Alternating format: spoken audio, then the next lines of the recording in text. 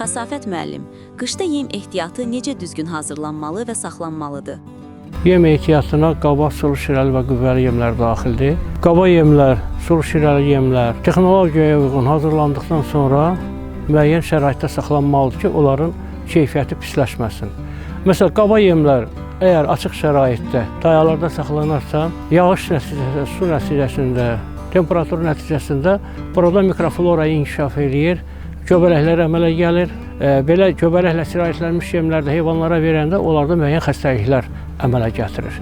Bunun qarşısını almaq üçün tədarik olunan yemlər xüsusi şəraitdə saxlanmalıdır. Məsələn, qaba yemlər talvarlarda saxlanmalı, talvarların altında yığılır və bu da onları günəş şüasının təsirindən, eləcə də yağışın təsirindən qoruyur və onu xarab olmaqdan qoruyur.